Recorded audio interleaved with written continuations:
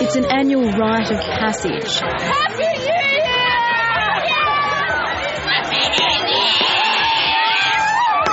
It's also when the full fury of alcohol-fuelled violence hits.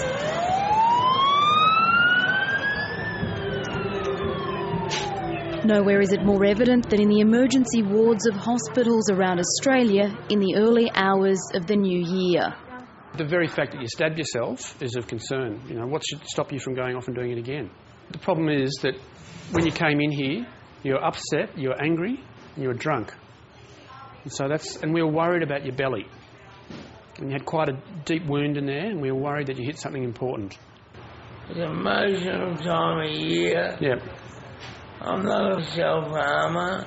Dr Andrew Fink, who leads the emergency ward at St Vincent's Hospital in Sydney, says there's a constant stream of intoxicated people. You come on a Saturday or a Sunday morning and you can smell the alcohol, you can smell the blood, and you can see a line up here of people in cervical collars all waiting to be either imaged or with CT scans of their heads and their necks, or just waiting to sober up enough so that we can clear them clinically. And now more than ever, these patients are young women. Far away from the party scene is the harsh reality of Australia's growing addiction to binge drinking. On Sydney's southwestern outskirts is Odyssey House, a rehabilitation centre set up more than 30 years ago, focusing on drug and alcohol abuse. What alcohol have you been drinking and how much each day? Per day it's normally been at least 1 to 2 bottles. Sharon Meston leads the withdrawal unit. What sort of spirit? Bourbon mainly. New patients are assessed and staff draw up a plan for a medically supervised withdrawal. Duncan, your blood pressure's okay, but look, your sugar levels are a little bit too high. Here staff are acutely aware of the physical harm caused by alcohol addiction. Someone coming off heroin can come in and be completely, free of the drug from their blood system within 7 days. Alcohol's not so kind. It's a much harsher drug to be coming off. Far more, damaging long term. 32-year-old Finbar tried to go cold turkey at home, but after many failed attempts, he realised he needed professional help. Alcohol is actually physically the most dangerous drug to withdraw from. It's one of the few that you actually can die from while you're physically withdrawing from it. Patients are encouraged to confront the reasons why they turn to alcohol. For Finbar, it was to hide his own social anxieties, and drinking was part of family life. The first alcoholic drink I was actually given to me with permission by adults was when I was 11 to celebrate an academic achievement. By the time Finbar was at university, his drinking habits had grown into a major problem. I wouldn't be able to go down the road to Coles and buy a loaf of bread or, talk to the cashier or something without being at least slightly tipsy. At the height of my drinking problem, I would be consuming about 3 litres of cask wine at home, on and off during the day and when I got home. But also if I was going out, then I'd be consuming like 8 or 9 schooners of beer as well. At Odyssey House, once a patient is medically free of alcohol, a year-long rehabilitation process begins. Patients live simply and have to earn their keep, working in the garden and cooking bulk meals. It also includes months of group therapy. I think everyone in this room has probably heard someone say, well, why can't you just stop it? Don't go to the pub, don't go to the bottle shop, just stop. Yeah, right. Don't buy it. To everyone else, it's as simple as that. It's like your crutch in life, it's the first thing you grab instead of going to talk to someone about your problem. I used to turn to them and drink. Mm-hmm. Drink from the point you'd wake up in the morning to the point when you pass out of a night.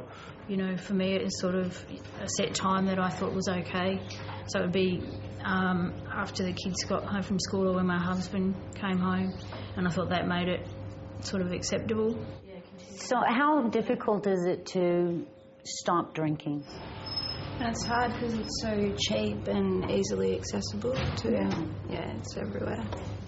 The amount of people that their lives are affected by alcohol, people letting loose on the weekend, it's the most ridiculous, I don't know, it's like a social lie in Australia that everyone just says because it makes it easy for us to go out and get hammered and do what we want. But the truth is, it's not good and it's not safe. Finbar says his addiction threatened to destroy his marriage. Whether you like to admit it or not, I think the substance that you're addicted to takes precedence over your family, your job, and in the end, I think your partner. But he hopes this year-long rehabilitation will pay lifelong dividends.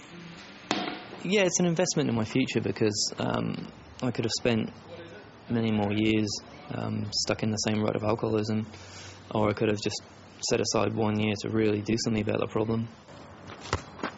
Increasingly, patients at Odyssey House are trying to recover from an addiction to alcohol. In 2007, we saw for the first time that people who nominated alcohol as their primary drug of concern superseded illicit drugs like heroin, cocaine, cannabis. And certainly that trend has continued so that now over 35% of the people who come into the program last year actually nominated alcohol as their primary drug of concern. So this is certainly a big change for us. Drug experts say that recent studies have shown that Australians are drinking more alcohol now than at any point in the last 20 years, and that's because of changing consumer habits. In fact, because of the increasing alcohol content of wine and because we are actually consuming more wine, we are actually consuming more now than at any point in the last 20 years. Professor Steve Alsop heads the National Drug Research Institute at Curtin University in Perth. He says despite the government's national drug strategy, plenty more could be done to curb the country's addiction. It is amongst our more harmful drugs. Many people don't want to hear that. Many of us enjoy alcohol. But we've also got to recognise that alcohol has substantial potential for harm. Professor Alsop says easy access to alcohol is part of the problem. How we make alcohol available in licensed premises and indeed at home, how we promote alcohol, all these things have a significant impact on the amount we consume and the amount of harm in our community. And that message is echoed by those on the front line. We've got kids under the illegal drinking age here tonight, and they've clearly been able to access alcohol, so that needs to be looked at, how they're getting alcohol and who's allowing them to drink. But we're seeing all ages here as well who are not taking heed of the message that alcohol is a dangerous drug and you need to take care with this sort of drug in any situation.